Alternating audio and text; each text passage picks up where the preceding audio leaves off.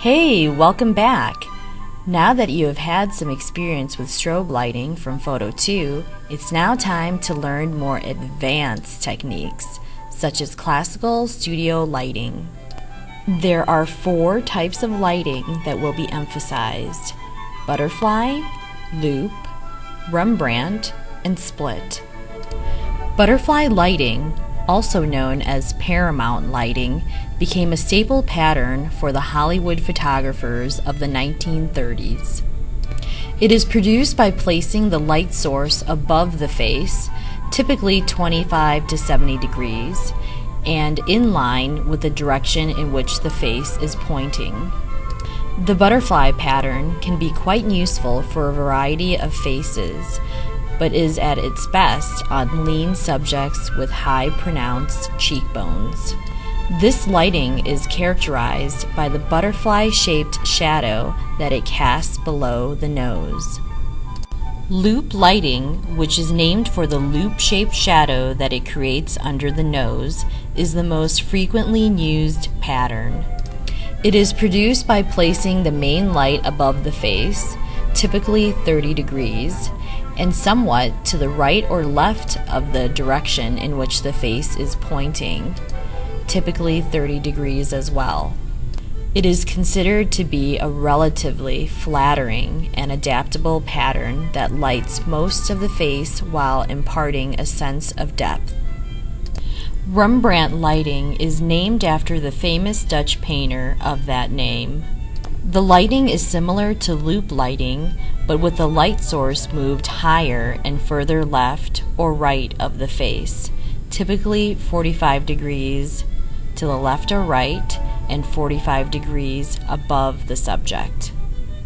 It can be achieved using one light and a reflector, or 2 lights, and it is popular because it is capable of producing images which appear both natural and compelling, with a minimum amount of equipment required.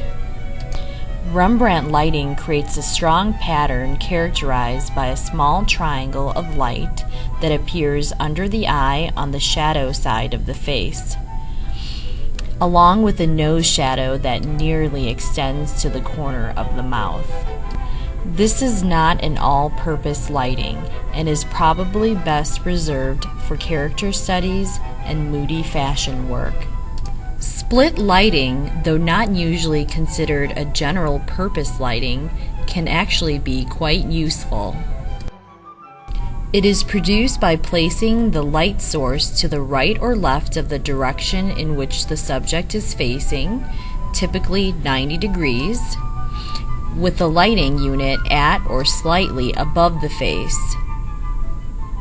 With split lighting, half of the face is lit and the other half is in shadow. Split lighting is useful for narrowing the face and for cloaking facial imperfections in shadow.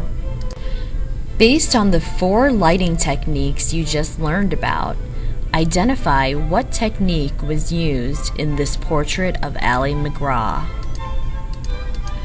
Notice the small triangle of light that appears under the eye on the shadow side of the face. If you guessed Rembrandt, you are correct! Okay, I know the neck and shoulders look strange, but what type of lighting is being used in this fashion portrait? Notice the loop-shaped shadow under the nose. If you guessed Rembrandt, you're wrong. It's loop. Hello? This one is a little tricky. It's a 3/4 profile, but think about where the light is coming from.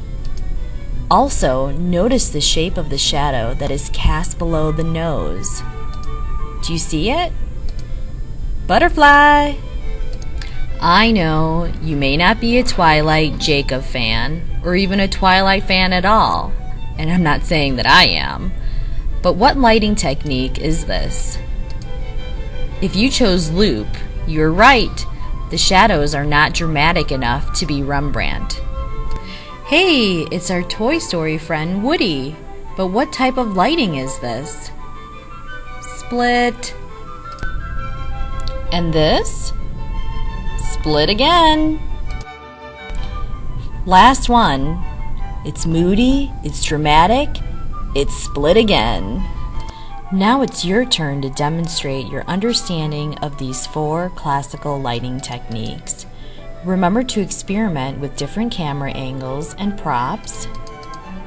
You will probably continue to take portraits throughout your life, so hopefully these techniques, even using a regular lamp at home, will help you in taking creative and interesting portraits that will last a lifetime. Good luck!